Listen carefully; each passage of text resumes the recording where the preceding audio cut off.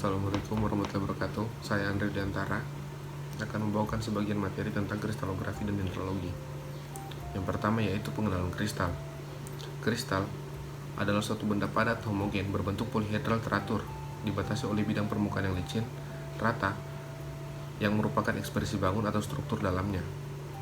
Polihedral berarti mempunyai bidang-bidang datar.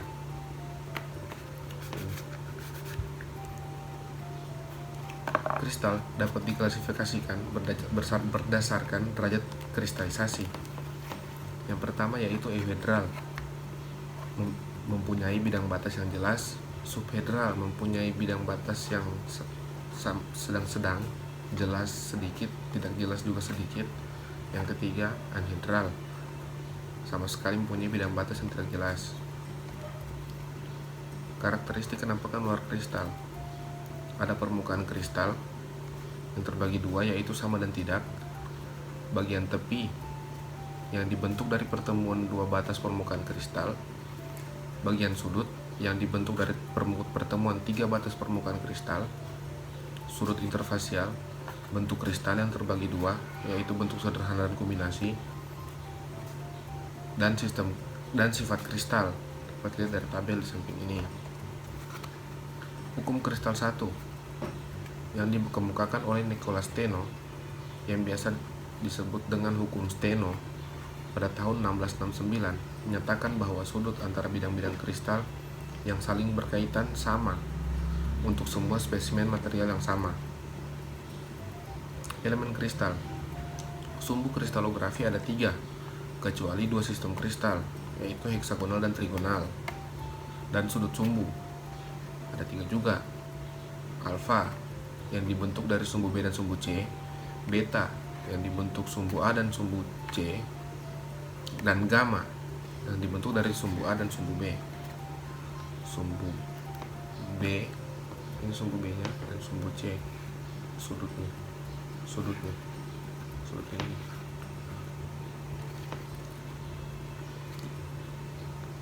Seperti gambar di sinilah.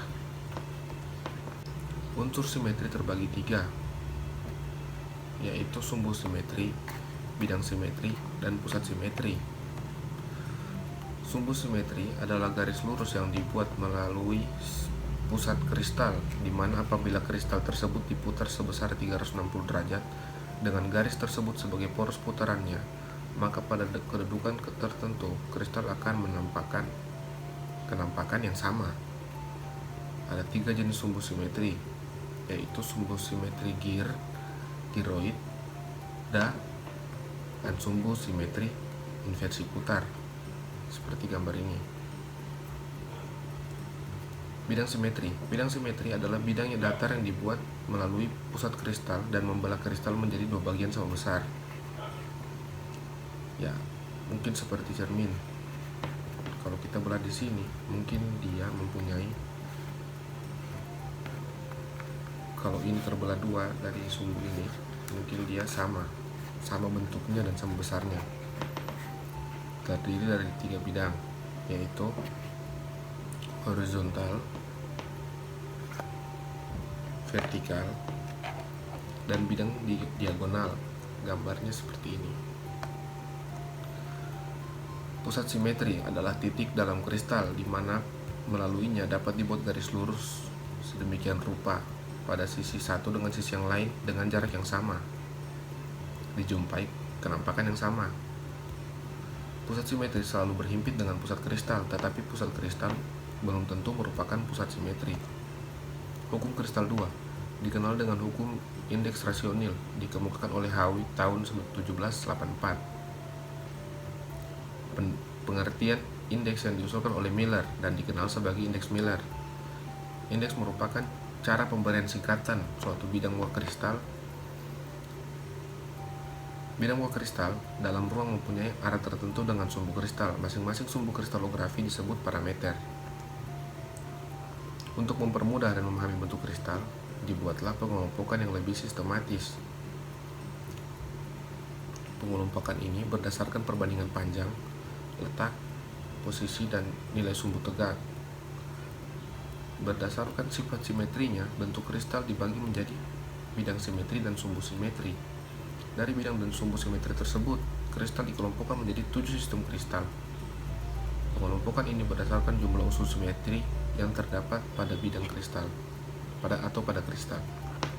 Yang pertama yaitu isometrik. Sistem ini dikenal dengan sebutan sistem kristal kubus atau kubik, dengan jumlah sumbu pada kristal sebanyak 3, saling tegak lurus satu dan yang lainnya. Perbandingan ketiga sumbu memiliki panjang yang sama. Karena memiliki panjang sumbu yang sama, sudut kristalografi yang dibuat sebesar 90 derajat. Hal ini disebabkan setiap sumbu berada pada posisi tegak lurus. Yang kedua yaitu tetragonal. Sistem kristal ini memiliki 3 sumbu kristal yang masing-masing sumbu saling tegak lurus. Hanya satu sumbu memiliki ukuran lebih panjang atau lebih pendek dibandingkan dengan 2 sumbu yang lain.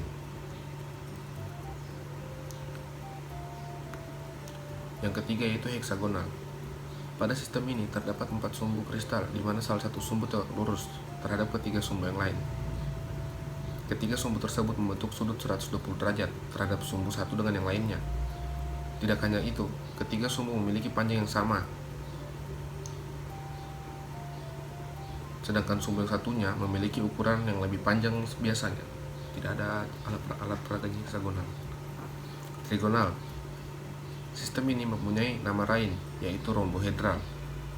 Beberapa ahli berpendapat jika sistem ini masuk ke dalam sistem kristal heksagonal, sebab cara penggambarannya sama. Hanya terdapat perbedaan, yaitu setelah terbentuk bidang datar berupa segi 6, kemudian dibentuk segitiga dengan cara menghubungkan 2 titik sudut, di mana titik tersebut melewati satu titik sudutnya. Berikutnya ortorombik. Sistem ini dikenal dengan sebutan sistem rombis, memiliki 3 sumbu simetri kristal saling tegak lurus antara satu dengan yang lainnya. Masing-masing sumbu mempunyai panjang yang berbeda. Berikutnya monoklin. Monoklin sendiri memiliki arti, yaitu hanya terdapat satu sumbu yang miring dari 3 sumbu yang ada. Selain itu, ketiga sumbu tersebut tidak mempunyai panjang yang sama.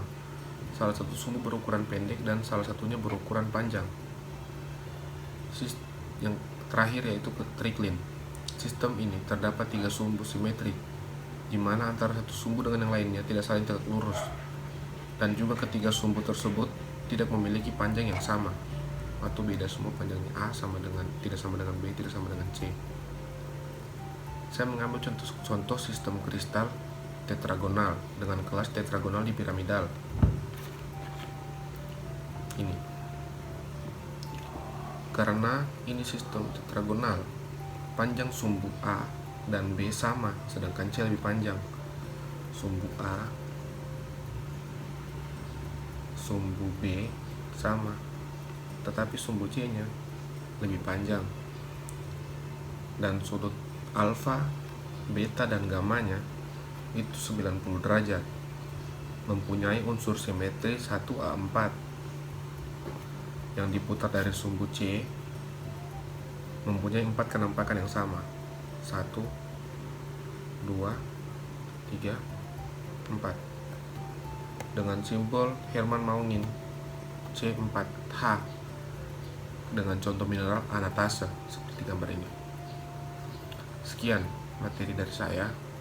Lebih dan kurangnya mohon maaf. Jika salah mohon dimaafkan. Wassalamualaikum warahmatullahi wabarakatuh.